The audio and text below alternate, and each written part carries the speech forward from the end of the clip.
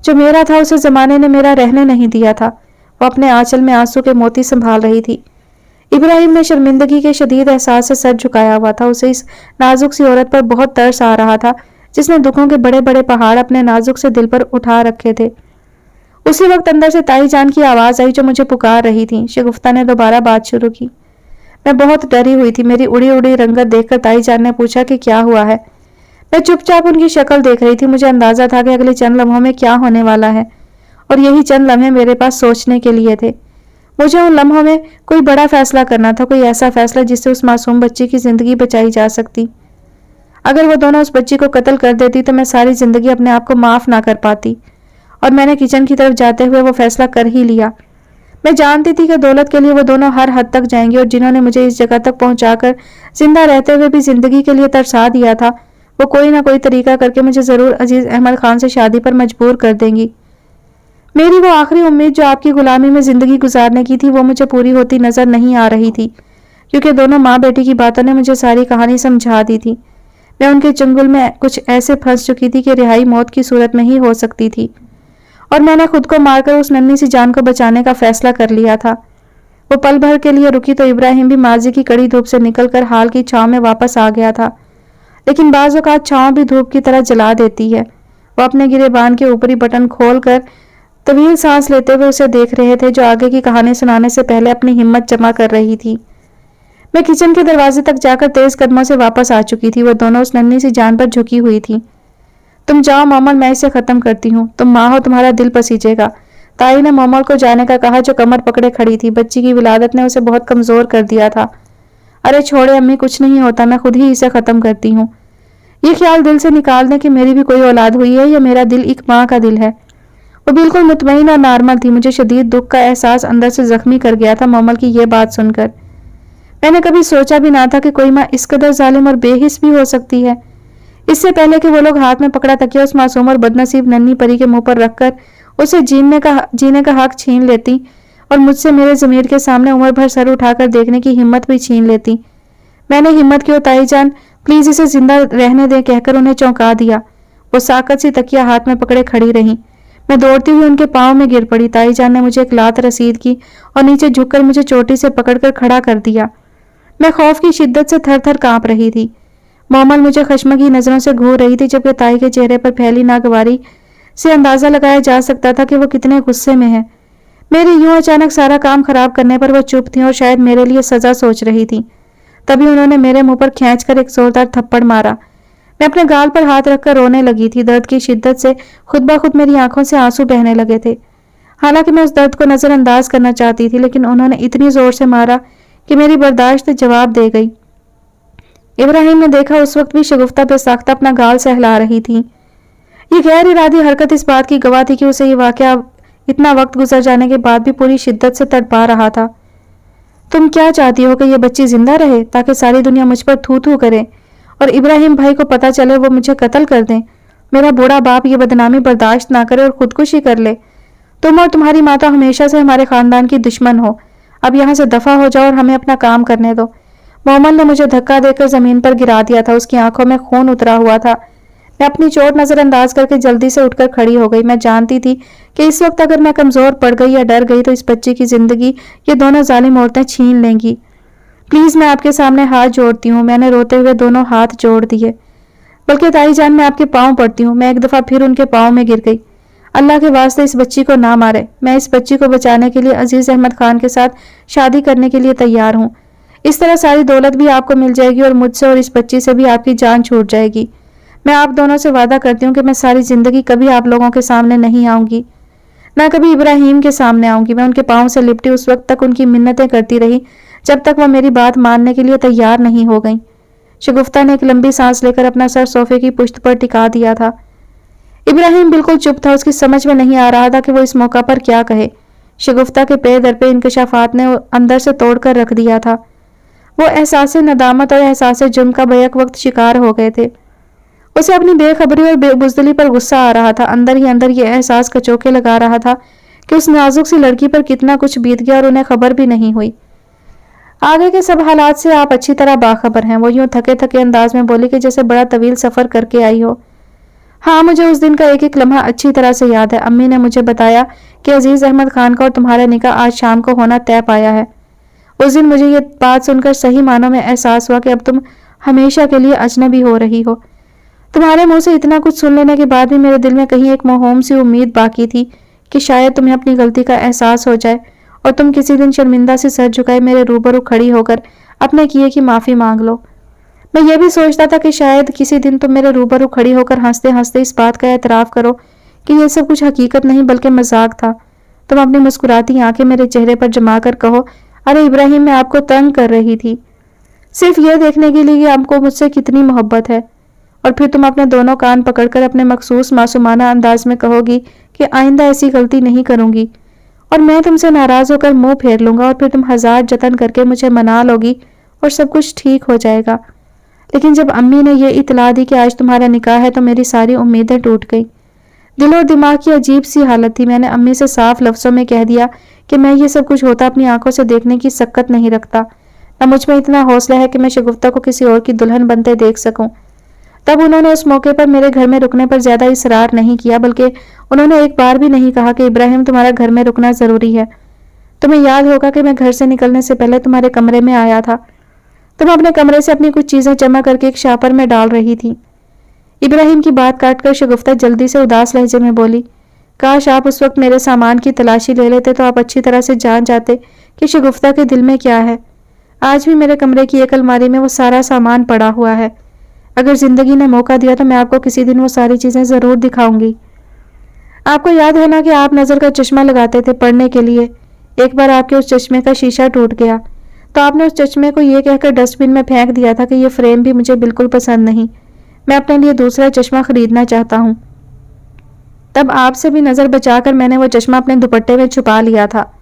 آپ کے وہ سارے خالی پین جن سے لکھتے ہوئے آپ سوچتے ہوئے بے خیالی میں اپنے دانت میں دبا لیتے تھے اور جو ختم ہونے کے بعد آپ پھینک دیتے تھے، میرے پاس درجنوں کے حساب سے وہ سارے پین آج بھی محفوظ پڑے ہیں۔ آپ کے استعمال شدہ پرفیوم کی وہ ساری خالی بوتلیں اور آپ کے دیے ہوئے وہ سارے چھوٹے چھوٹے تحفے بھی، یہاں تک کہ آپ کے وہ کف لنکس بھی میں نے سنبھال کر رکھے ہوئے ہیں جو آپ کے جی سے اتر جاتے تھے اور آپ استعمال کرنا چھوڑ دیتے تھے۔ وہ بھیگی آنکھوں سے اسے دیکھتے ہوئے بول رہی تھیں اور ابراہیم کا دل سینے کی دیواریں توڑنے کی حد تک تیز دھڑکنے لگا تھا۔ اتنی محبت کرتی تھی تو مر جاتی لیکن مجھے چھوڑ کر نہ جاتی۔ ابراہیم جیسے رو دیے۔ بات اگر صرف میری زندگی کی ہوتی تو میں ایسا کبھی نہ کرتی، لیکن میری قربانی ایک بچی کی زندگی کی ضمانت تھی، اور آپ تو اچھی طرح سے جانتے ہیں کہ میں نے ہمیشہ دوسروں کو خود پر فوقیت دی ہے۔ میں نے زندگی میں کبھی بھی خود غرض بن کر اپنے لیے نہیں سوچا، اور میری بدقسمتی کہ میرے لیے سوچنے والا کوئی نہیں تھا، وہ شخص بھی نہیں جو میری زندگی کی واحد خوشی تھا۔ عزیز احمد خان کے سامنے مجھے تو پہلے ہی مومل بنا کر پیش کیا گیا تھا۔ کمال دیکھیے کہ جس دن نکاح کا حکم ہوا اور عزیز احمد خان کو بلایا گیا 4 گواہوں کے ساتھ، تب مومل اس کے ساتھ شگفتہ بن کر ملی اور تائی جان میری ماں بن کر اس نکاح میں شامل ہوئیں۔ آپ گھر سے چلے گئے تھے اور تائی جان نے تایا کو نیند کی گولیاں کھلا کر سلا دیا تھا۔ ہماری طرف سے کوئی بھی مرد اس نکاح میں شامل نہیں تھا۔ مولانا صاحب کو اصل صورتحال سے بے خبر رکھا گیا تھا۔ ان کے پوچھنے پر تائی نے بہانہ بنا دیا کہ مومل کا بھائی ابراہیم ملک سے باہر ہوتا ہے اور اس کے ابا شدید بیمار ہیں۔ عزیز احمد خان کے لیے بھی یہ نکاح ایک معاہدہ تھا، اس لیے اس نے بھی زیادہ دلچسپی نہ لی، نہ ہی کسی قسم کی چھان بین کرنے کی کوشش کی۔ جب تم مومل اور امی سب گھر آ گئے تھے تو وہ بچی کس کے پاس تھی؟ اس دن تائی جان نے سارے راستے صاف کر رکھے تھے۔ تایا جان تو بے ہوش پڑے ہوئے تھے اور آپ گھر سے نکلے ہوئے تھے۔ انہوں نے اچھی طرح سے اطمینان کر لیا تھا کہ آپ شہر سے باہر کسی دوست کے گھر ہیں۔ شاہد بھائی کو ایک دن پہلے دعوت پر بلایا گیا تھا اور ان کی عادت تھی کہ ہفتے میں 1 چکر لگاتے تھے۔ بچے کو چادر میں لپیٹ کر گھر لایا گیا تھا کیونکہ عزیز احمد خان نے بچی دیکھنے کی خواہش کا اظہار کئی بار کیا تھا۔ تائی جان نے اسے صاف صاف بات کرتے ہوئے کہا کہ مومل نے ان سے چھپ کر شادی کی تھی اور اب تک وہ اپنی بیٹی کے اس جرم کو باپ اور بھائی سے چھپاتی آئی ہیں۔ اس شادی میں بھی ان دونوں کی مرضی کے ساتھ خود ان کی مرضی بھی شامل نہیں ہے، لیکن صرف اور صرف اس لیے وہ یہ سب کر رہی ہیں کہ اس بچی کو اپنے باپ کا نام مل جائے اور پیسہ بھی، کیونکہ پیسے کے علاوہ ایک بن باپ کی بچی کو کوئی دوسری چیز اچھا مستقبل نہیں دے سکتی۔ اس لیے مومل کے باپ اور بھائی کا فیصلہ یہ ہے کہ نکاح کے بعد یہ ہمارے لیے اور ہم اس کے لیے مر چکے ہیں۔ انہوں نے عزیز احمد خان کی منت کی کہ بیٹا مومل کو کبھی میکے تک نہ پہنچنے دینا، یہ میں نے اس کے باپ اور بھائی کی شرط تمہیں بتائی ہے۔ اگر میں انہیں یہ کہہ کر اس شادی کے لیے راضی نہ کرتی کہ مومل کو ایک لڑکے سے محبت ہو گئی ہے اور وہ اس کے علاوہ کسی سے شادی نہیں کرے گی، وہ بغاوت کر کے بچپن کی منگنی بھی منگیتر کو یہ بتا کر توڑ چکی ہے کہ وہ جس لڑکے سے محبت کرتی ہے اس سے ہی شادی کرے گی۔ اب اس کا منگیتر میرا بھانجا ہے، اس نے بھی یہ شرط رکھی ہے کہ اگر مومل کے ساتھ تعلق نہ توڑا تو ہم ہر قسم کی دشمنی کریں گے۔ میں اس قدر مجبور نہ ہوتی، نہ لڑ جھگڑ کر سب کو مناتی اگر یہ بچی والا قصہ نہ بنا ہوتا۔ کاش کہ ظہیر احمد خان سے شادی کرنے سے پہلے یہ مجھ سے بات کر لیتی تو میں ہر ممکن طریقے سے سب کو راضی کر کے یہ شادی اعلانیہ کروا لیتی، تب اس بچی کا وجود بھی جرم کی طرح پوشیدہ نہ رکھا جاتا۔ شگفتہ بیگم نے ابراہیم کی طرف دیکھتے ہوئے کہا، جانتے ہیں تائی جان نے مجھے فقط ایک جوڑے میں رخصت کیا تھا۔ ابراہیم نے شرمندگی سے سر کو جھکا لیا۔ اس کا سر اتنا جھک گیا تھا کہ اس کی ٹھوڑی سینے سے ٹکرانے لگی تھی۔ آپ کیوں شرمندہ ہوتے ہیں؟ آپ کا کوئی قصور نہ تھا، بس میری قسمت ہی ایسی تھی۔ میں نے امی کو کافی پیسے دیے تھے یہ کہہ کر کہ تمہارے لیے زیور کپڑے وغیرہ خرید لے، کیونکہ بقول ان کے دوسرے شہر کی وجہ سے فرنیچر اور دیگر سامان سے لڑکے والوں نے منع کر دیا تھا، لیکن میرے اصرار پر کہ اب خالی ہاتھ تو بیٹی کسی کے حوالے نہیں کرتے، انہوں نے وہ پیسے لے کر وعدہ کیا تھا کہ وہ سب کچھ خرید لیں گی، شگوں کی پسند کے کپڑے بھی اور زیور کا ایک سیٹ بھی۔ میں نے شاہد کو گاڑی لانے کا بھی کہا تھا کہ ان کے ساتھ جا کر شاپنگ کرا لائے۔ ابراہیم کی بات سن کر اس نے ایک تلخ مسکراہٹ لبوں پر لا کر اسے دیکھتے ہوئے کہا، مجھے یہ سب پتا نہیں تھا، لیکن شاہد بھائی کو جب ایک دن پہلے میرے نکاح کی خبر لگی تب وہ بہت حیران و پریشان تھے۔ وہ میرے پاس آئے تو میں رو رہی تھی۔ آپ سے جدائی، اور وہ بھی ساری عمر کی، کیونکہ تائی جان نے واضح الفاظ میں دھمکی دی تھی کہ کبھی واپس نہ آنا۔ انہوں نے مزید تسلی کے لیے مجھے آپ کے سر کی قسم دے کر کہا تھا کہ یہ سب اگر ابراہیم کو بتایا تو اسے اللہ اٹھا لے۔ میں نے تڑپ کر ان کے منہ پر ہاتھ رکھ کر وعدہ کیا کہ کبھی کچھ نہیں بتاؤں گی آپ کو۔ وہ کھڑا ہو کر کھڑکی سے پردے ہٹاتے ہوئے باہر کے موسم کا جائزہ لینے کے بعد کھڑکی کے دونوں پٹ کھول چکا تھا۔ ایک پل کے لیے وہیں کھڑے ہو کر لمبی سی ایک سانس لی اور دوبارہ بیٹھ کر اس کے سامنے سوالیہ انداز میں سے تکنے لگا۔ شاید اسے سانس لینے میں تنگی محسوس ہو رہی تھی۔ شاہد بھائی نے رومال دے کر مجھے کہا، پہلے آنسو پوچھو پھر بات کرو۔ میں رومال سے آنکھیں پوچھنے لگی کیونکہ میرے آنچل میں تو کوئی جگہ ہی نہیں بچی تھی کہ اس سے آنسو پوچھتی۔ مجھے خبر ہے میری بہن کہ تم ابراہیم کے لیے بنی اور اس کے علاوہ کسی کے بارے میں سوچنا بھی گناہ سمجھتی ہو۔ پھر یہ سب جو میں سن رہا ہوں یہ سب کیا ہے؟ میں تڑپ تڑپ کر رو دی۔ میں انہیں کیا بتاتی اور کیسے بتاتی؟ اس معصوم سی بچی کی زندگی میرے لیے بہت اہم ہو چکی تھی، جسے مومن نے شانزے کے گھر میں ایک نوکرانی کے پاس چھوڑا ہوا تھا اور خود گھر آ چکی تھی، کیونکہ پروگرام کے مطابق آج شاہد کو کھانا کھلا کر جان چھڑانی تھی اس کی اچانک آمد سے۔ مجھے پتا ہے کوئی سازش ہے یہ، یا کوئی مجبور کر رہا ہے تمہیں، لیکن مجھے اگر بڑا بھائی سمجھ کر یہ سب کہہ دو تو میں سب کچھ ٹھیک کر لوں گا۔ میرا یقین کرو۔ ان کی بات سن کر میں نے ایک پل کے لیے یہ ضرور سوچا تھا کہ سب کچھ انہیں بتا کر ان کی مدد مانگوں تو، لیکن دوسرے ہی لمحے مومل کی آنکھوں میں اترا ہوا خون مجھے اندر سے لرزا گیا۔ جو عورت اپنے چند دن کی ننھی سی بچی کو قتل کرنے کی کوشش کر سکتی ہے تو وہ سب کچھ کر سکتی ہے۔ مومل اور تائی جان کے خوف نے میری زبان پھر بند کر دی اور میں کچھ کہتے کہتے چپ ہو گئی۔ یہ تو میں اچھی طرح جانتا ہوں کہ میری بہن ہمیشہ اپنی خوشیاں دوسروں کے لیے قربان کرنے کو تیار رہتی ہے، اور یہ بھی اندازہ ہے کہ اس دفعہ بھی کسی بڑے مقصد کے لیے ہی تم خود کو قربان کر رہی ہو۔ میں بحیثیت ایک بھائی تم سے پوچھ رہا ہوں، اس لیے کہ میں تمہارے کسی کام آ کر بہت خوشی محسوس کروں گا۔ میں ان سے نظریں چرائے روتی رہی اور وہ مایوس ہو کر واپس چلے گئے۔ میں اچھی طرح جانتی تھی کہ تائی جان کہیں نہ کہیں سے ہماری باتیں سن رہی ہوں گی۔ ابراہیم نے اسے دیکھتے ہوئے دھیمے لہجے میں کہا، میں نے تمہیں کچھ چیزیں پیک کرتے دیکھ کر پوچھا تھا کہ میرا قصور کیا ہے، کیوں مجھ سے بے وفائی کی؟ اگر مجھ سے محبت نہیں تھی تو کیوں جتاتی رہی؟ اب یوں چھوڑ کر جا رہی ہو جیسے جانتی ہی نہ ہو۔ میں تمہارے بغیر مر جاؤں گا، خدا کے لیے اب بھی وقت ہے، میں جیسے کہتی ہو ویسے ہی تمہاری منت کرتا ہوں۔ میں نے تمہارے ساتھ ہاتھ جوڑ دیے تھے، میں مرد ہو کر پھوٹ پھوٹ کر رو رہا تھا اور تم پتھر کا بت بنی مجھے دیکھ رہی تھی۔ میں نے کہا تھا بہت پچھتاؤ گی شگفتہ، کیونکہ محبت بار بار در پر دستک نہیں دیتی۔ محبت کے مزاج میں انا نہیں ہوتی، لیکن یہ بدگمانی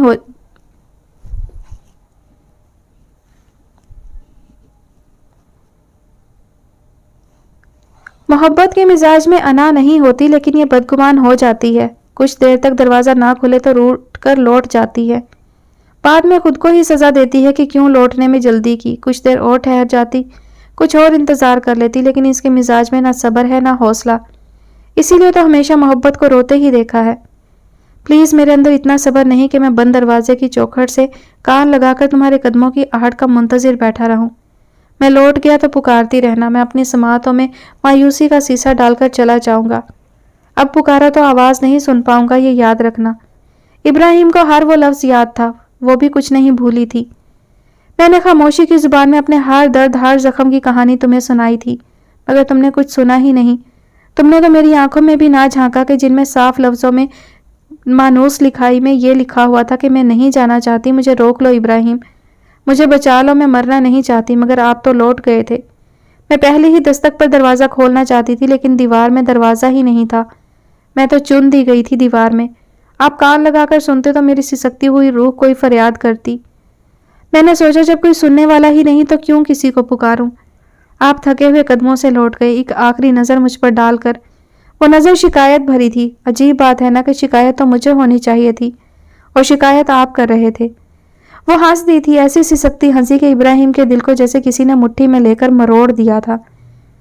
مومل کے نام سے ساری قانونی دستاویزات مکمل ہوئی اور تائی جان نے بیٹی کے ساتھ مل کر بعد میں ساری دولت لے لی۔ نکاح کے وقت میں شگفتہ نہیں بلکہ مومل تھی، اس طرح میرا نکاح تو نہ ہوا کیونکہ ولدیت بھی میری نہیں تھی۔ مجھ سے انہوں نے صرف زبانی پوچھا اور میرے جھکے ہوئے سر کو دیکھ کر قبول ہے کا اشارہ سمجھ لیا۔ نکاح کی دستاویز پر دستخط مومل نے کیے، یہ کہہ کر کہ بعد میں وکیل کوئی قانونی مسئلہ نہ کھڑا کر دے۔ سرخ دوپٹے میں سر جھکائے مومل نے منہ چھپا رکھا تھا، جبکہ بیزار سے عزیز احمد خان نے کوشش ہی نہ کی۔ وہ دلہن بنی لڑکی کو بغور دیکھ کر اندازہ لگاتا کہ وہ کیسی لگ رہی ہوگی، ورنہ تو میرے اور مومل کی جسامت اور قد و قامت میں کافی فرق تھا۔ وہ ماں بن کر تھوڑی سی فربہی کی طرف مائل جسامت کی مالک بھی بن گئی تھی، جبکہ میں دن بدن سوکھ کر کانٹا ہوتی جا رہی تھی۔ جب آپ کے ایک ایک نوالے کو 100 میں شمار کر کے گنا جائے اور پھر نون نوالوں کے تانے بھی دیے جائیں کہ جو آپ نے نہیں کھائے ہوتے، تو غم کا احساس آپ کو اندر سے خون کی طرح چاٹنے لگتا ہے۔ اور میں بھی بظاہر باہر سے مکمل دکھائی دیتی تھی، لیکن میں تھی تو اندر سے بالکل خالی، کسی بھی وقت زمین بوس ہونے کے لیے تیار۔ عزیز احمد خان نے رخصتی کے وقت اس بچی کو یوں جھٹ سے گود میں بھر لیا جیسے کہ اسے بہت قیمتی خزانہ مل گیا ہو۔ میں سپاٹ چہرہ لیے دوپٹے کی اوٹ سے اسے دیکھ رہی تھی۔ ایک لمحے کے لیے دل پر رکھا بھاری بوجھ سرک گیا تھا۔ میں نے سوچا یہ اطمینان ساری زندگی میرے ساتھ رہے گا کہ میں نے ایک معصوم کو قتل ہونے سے بچایا، اپنی جان کی قربانی دے کر کسی کی جان بچا لی۔ اپنا منہ ہمیشہ بند رکھنا لڑکی، ورنہ تم مجھے اچھی طرح سے جانتی ہو، میں اس کے ساتھ تمہیں بھی زندہ نہیں رہنے دوں گی اگر مجھے تمہاری طرف سے کوئی شکایت ملی تو۔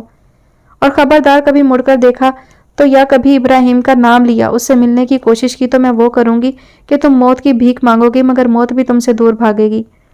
میں ان لمحوں میں ان کے 2 پیار کے بولوں کی توقع لگائے بیٹھی تھی۔ میں نے سوچا کہ ایسے وقت میں تو گھر کے پالتو جانوروں کے لیے بھی دل دکھتا ہے اگر انسان کو پتا ہو کہ اب یہ ساتھ رہنے والے کبھی لوٹ کر نہیں آئیں گے۔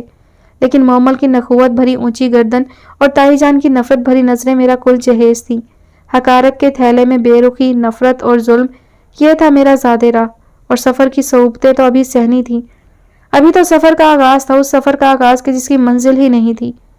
عجیب بات ہے نا کہ جب آپ اچھی طرح اس امر سے آگاہ ہوں کہ جس سفر پر آپ نکلے ہو اس کی منزل کوئی نہیں ہے، کیونکہ آپ منزل کی مخالف سمت میں روانہ کر دیے گئے ہیں۔ آپ کو یہ دھمکی دی گئی ہو کہ مڑ کر دیکھا تو پتھر کے ہو جاؤ گے، تب آپ کے لیے سفر کتنا کٹھن ہوتا ہوگا نا۔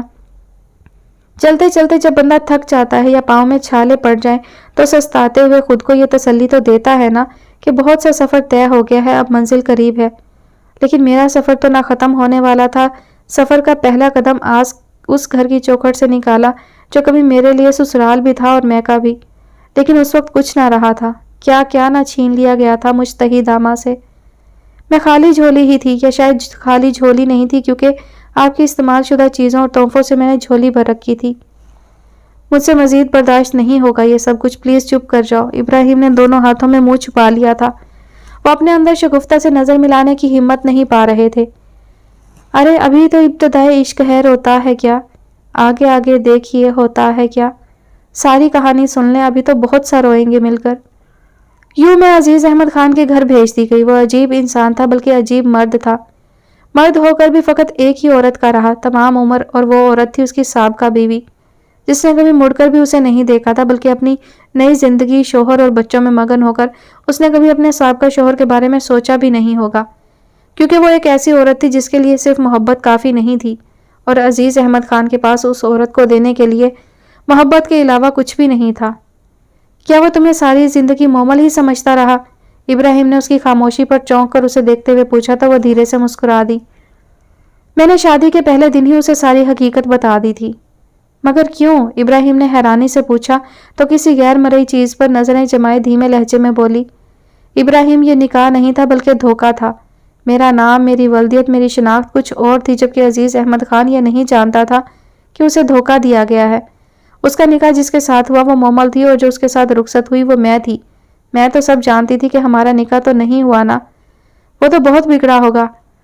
نہیں، وہ بہت الگ انسان تھا۔ اس نے میری ساری کہانی سنی اور حیرانی سے کئی پل مجھے دیکھتا رہا، جیسے اسے سمجھ نہیں آ رہی ہو کہ اب اسے کیا کرنا چاہیے۔ جانتے ہیں، اس نے مجھے پہلا جملہ بول کر اندر سے ہلا دیا تھا۔ اس نے کہا، شگفتہ بی بی، محبت پانے کے لیے زمانے سے لڑ جاتی، زندگی ہار جاتی، مگر محبت نہ ہارتی۔ تب میں نے روتے ہوئے کہا کہ اگر زندگی فقط میری ہوتی تو میں ہار بھی دیتی ابراہیم کو پانے کے لیے، لیکن زندگی ایک معصوم بچی کی تھی، کیسے ہار دیتی؟ وہ جب تک زندہ رہا میرا احسان مند رہا۔ اس نے وہ سب پیسے جو اسے ملے تھے مجھے دے کر کہا تھا، یہ سنبھال کر رکھو، ابھی تمہیں بہت کچھ کرنا ہے زندگی میں۔ اسے معلوم تھا کہ وہ دل کا بیمار ہے، اور یہ بھی علم تھا کہ دل کے روگی اچانک کسی روز دل بند ہو جائے گا۔ اسی لیے تو وہ مجھے بہادر بننے کی تگ و دو میں لگا رہا جب تک زندہ رہا۔ تم دونوں کے تعلقات کیسے تھے؟ وہ مزید کچھ بولنے کے لیے الفاظ جمع کر رہی تھی کہ ابراہیم نے اداس لہجے میں سوال کر دیا۔ تعلقات؟ وہ ہنس دی۔ پہلی رات سے ہی ہم دونوں کے درمیان طے پا گیا تھا کہ ہم الگ رہیں گے، اور پھر جب تک وہ زندہ رہے ہم الگ ہی رہے، کیونکہ ہمارے درمیان کوئی رشتہ نہیں تھا، بس مجبوری تھی۔ ادھر بھی اور ادھر بھی وہ اندر سے ٹوٹا پھوٹا سا ایک ہارا ہوا انسان تھا۔ اس نے مجھ سے پوچھا تھا کہ اگر تم چاہو تو میں ابراہیم کو یا شاہد بھائی کو ساری حقیقت سے آگاہ کر کے تم دونوں کو ملا دیتا ہوں، لیکن میں اچھی طرح سے جان چکی تھی کہ ان دو عورتوں نے قسم کھا رکھی ہے ہمیں نہ ملنے دینے کی، اور جب تک یہ چاہیں گی ہم جدا رہیں گے۔ اس لیے میں نے عزیز احمد خان سے کہا کہ جب میرا خدا ہمیں ملوانے کے اسباب بنائے گا میں اس دن کا انتظار کروں گی۔ انہوں نے مجھے آپ کے سر کی قسم دی تھی، اور میں جو غیر اللہ کے سوا کسی کی قسم کھانا شرک سمجھتی ہوں، میں دل ہی دل میں ڈری ہوئی تھی کہ میں کہیں وعدہ خلافی کروں اور آپ کو کچھ ہو جائے تو میں یہ برداشت نہیں کر پاؤں گی۔ جب تم دونوں کے درمیان کوئی تعلق نہیں تھا تو پھر وہ جھجک کر رک گیا تھا۔ تو پھر سارا عزیز خان کیسے دنیا میں آئی؟ اس کا سوال سن کر شگفتہ چند لمحے چپ رہی۔ وہ بچی جو مومل اور ظہیر احمد خان کی تھی، جس کی زندگی بچانے کے لیے میں نے اپنا سب کچھ قربان کر دیا، وہی سارا عزیز احمد خان ہے۔ ابراہیم اسے انکشاف پر اچھل پڑا۔ او میرے خدا! ہاں ابراہیم، ہم دونوں کے درمیان کوئی ایسا تعلق نہیں تھا کہ… وہ رک گئی۔ سارا ہمیشہ اسے اپنا باپ سمجھتی رہی اور مجھے اپنی ماں، حالانکہ ہم دونوں اس کے ماں باپ نہیں تھے۔ ہم نے شہر بدل دیا اور گمنامی کی زندگی گزارنے کے لیے سب سے چھپ گئے تھے۔ پرانی یادیں البتہ پیچھا نہیں چھوڑتی تھی۔ دن تو بہرحال سارا کے ساتھ گزر جاتا تھا، لیکن رات بڑی بھاری ہوتی تھی۔ مجھے وہ سب یاد آتا تھا جو آپ نے کہا تھا اور میں نے آنکھیں بند کر کے مانا تھا۔ میں رات کی تنہائی میں سارا کے سو جانے کے بعد وہ چیزیں الماری سے نکالتی جو کبھی آپ کے زیر استعمال رہ چکی تھی، اور ان سے باتیں کرتی رہتی۔ کسی میں آپ کی انگلیوں کا لمس بسا تھا، کسی میں آپ کے ہونٹوں کی گرمی محفوظ تھی، تو کسی میں آپ کی انگلیوں کی خوشبو بسی ہوئی تھی۔ میں ان میں آپ کو محسوس کر سکتی تھی۔ اس کا لہجہ محبت میں ڈوبا ہوا تھا اور چہرہ حیا کے رنگوں سے سجا ہوا تھا۔ ابراہیم کئی پل اس عورت کو حیرانی سے دیکھتا رہا جس نے اپنی ساری زندگی محبت اور احسار کی سزا کاٹی تھی، جو بنا کسی بدلے کے اس سے محبت کرتی رہی تھی۔ سارا باپ سمجھ کر عزیز احمد خان سے بہت محبت کرتی تھی، اور اس کی اچانک موت نے اسے بہت اپسیٹ کر دیا تھا۔ وہ اس کی موت کا ذمہ دار اب تک ڈاکٹرز کو سمجھتی ہے، اور یہ نہیں جانتی کہ وہ جان بوجھ کر ڈاکٹرز کے منع کرنے کے باوجود بھی اس رات ہسپتال سے چھپ کر نکل آیا ہے۔ تو تم اسے سمجھاتی نہ کہ اصل معاملہ کیا تھا۔ کتنی بدقسمت ہے سارا جو سگے رشتوں کے ہوتے ہوئے بھی ان سے ناواقف ہے۔ اس سے بڑا ستم اور کیا ہوگا کہ اس کی ماں اور نانی اسے قتل کر رہے تھے۔ او میرے خدایا، میری معصوم بچی! ابراہیم اٹھ کر بے چینی سے ٹہلنے لگے تھے۔ شگفتہ اسے دکھی نظروں سے دیکھ رہی تھی۔ اس کی آنکھوں کے سامنے یکے بعد دیگرے وہ سارے منظر، وہ سارے درد، وہ سارے آنسو آ گئے تھے جو اس نے سارا کی زندگی بچانے کے لیے کوششوں میں بتائے تھے اور کوششوں میں بہائے تھے۔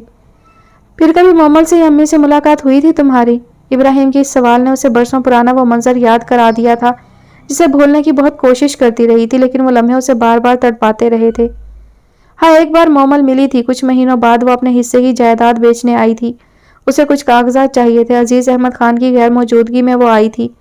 اس وقت میری گود میں پیاری سی گل گوتنی سی سارا موجود تھی۔ میں اسے فیڈر پلا رہی تھی کہ وہ اندر داخل ہوئی۔ یقین کریں میں اسے دیکھ کر شدید خوف زدہ ہو گئی تھی۔ مجھے لگا ابھی اس کے پیچھے سے تائی جان نکلیں گی اور مجھے بالوں سے پکڑ کر گھسیٹتے ہوئے زمین پر گرا دیں گی۔ مجھے بے اختیار کھولتے ہوئے پانی کی جلن یاد آ گئی تھی۔ میں نے اسے بیٹھنے کا نہ کہا تو وہ خود ہی ڈھیٹ بن کر صوفے پر بیٹھ گئی تھی۔ اس نے ایک نظر بھی اس معصوم بچی کی طرف نہ دیکھا جسے دیکھ کر راہ چلتے بھی رک کر پیار کرتے تھے۔ لیکن وہ سگی ماں ہو کر اسے ایک نظر کی خیرات بھی نہ دے سکی۔ نہ اس نے یہ پوچھا کہ شگفتہ اس بچی کا نام کیا رکھا ہے۔